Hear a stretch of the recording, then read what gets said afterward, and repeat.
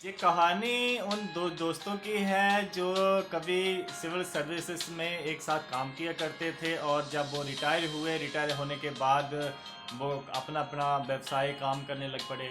और एक दिन क्या होता है कि जो एक फ्रेंड्स होता है वो बहुत बड़ा अंपायर खड़ा कर चुका होता है, वो अपना बिजनेस उसका बहुत बड़ा होता है, और जो दूसरा उसका दोस्त होता है वो आज भी जॉब की तलाश में भटक रहा होता है। तो एक दिन वो उसी के ऑफिस में चला जाता है, और जैसे ही उसी के ऑफिस में जाता है और अंदर वो अपॉइंटमेंट के लिए और लाइन में लगा, और जब उसको अपॉइंटमेंट मिली तो वो अंदर उसके साथ मिलने को लिए जैसे ही दरवाज़ा खोला और देखता वो उसका बचपन का दोस्त जो उसके साथ में जॉब किया करता था, और उसको देखते ही वो गपशप लगाना शुरू हो गए। तो जैसे उसने बोला भी, हाँ, पूछा उसे कि आप क्या करते हो आजकल, तो बोलता है मैं जॉब के लिए जहाँ पे आया था, तो उसे वो जॉब पे रख लेता है। और जॉब चलने लगी उसकी, और कुछ दिन बीते, 2-3 महीने के बाद वो फिर एक बार उसे उसके साथ बैठने के लिए उसे कहता है, और वो बुलाता है उसे, और चाय के पे कैंटीन पे बैठे हुए दोनों गपशप कर रहे होते हैं।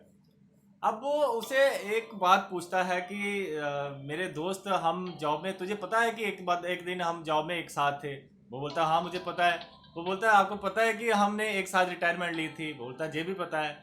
तो वो उसे पूछता है कि आखिर तू इतना बड़ा मालिक कैसे बन गया, और मैं आज भी जॉब में हूँ, मैं आज भी जॉब की तलाश में आपका नौकर हूँ, तो इसका कारण क्या है? तो उसने कहा भी दोस्त, अगर आपने पूछ ही लिया तो मैं आपको बताना तो नहीं चाहता था, बट अगर आपने आज पूछ ही लिया तो मैं इसका कारण बता देता हूँ। तो उसे कहता है कि याद है तुझे एक बार जब हम दोनों जॉब पे थे, और हम जॉब से जैसे अपने ऑफिस से निकले खाना खाने के लिए, तो हम 1-1.5 किलोमीटर जो है वो दूर कंटीन हुआ करती थी, वहाँ पे जा रहे थे। तो हमने काफ़ी रास्ता जो था वो तय कर लिया था, और मुझे ऐसे ही याद आया कि शायद मैंने अपने ऑफिस का जो है वो पंखा और लाइट जो है वो जल्दी रहने दी है। जब मैंने आपको कहा कि यार चलो वो बंद करके आते हैं फिर खाना खाते हैं, तो आपने कहा छोड़ यार, कुछ नहीं फर्क पड़ने वाला, अगर जल भी रही तो हमारा क्या जा रहा है। तो तुझे याद है कि मैं वहां से वापस आया था और मैंने वो लाइट पंखा बंद किया और फिर मैं भागते हुए आया और खाना खाया था? वो बोलता हाँ मुझे बिल्कुल याद है। तो वो कहने लगा कि मैं अगर आज इस पोजीशन पे हूँ तो उसका कारण यही है कि मैं तब भी, जब मैं जॉब पे था तब भी मैं मालिकों जैसा बिहेवियर करता था, तब भी मैं अपने आप को यही सोचता था कि मैं मालिक ही हूँ, और आज भी मैं यही सोचता हूँ कि मैं मालिक ही हूँ। मैं तब भी नौकरों जैसा बिहेवियर करता था, तू आज भी नौकर है।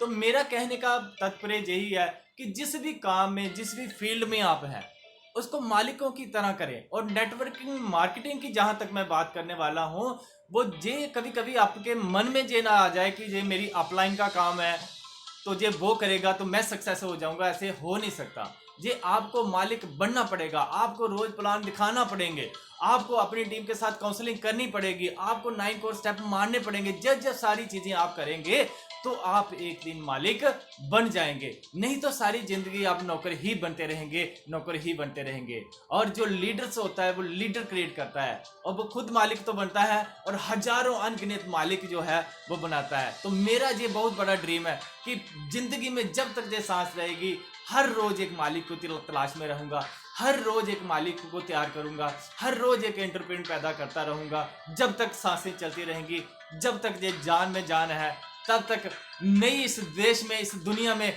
इस हिंदुस्तान में क्रांति लाएंगे एंटरप्रेन्योर के माध्यम से। तो थैंक यू वेरी मच। आप भी कर सकते हैं।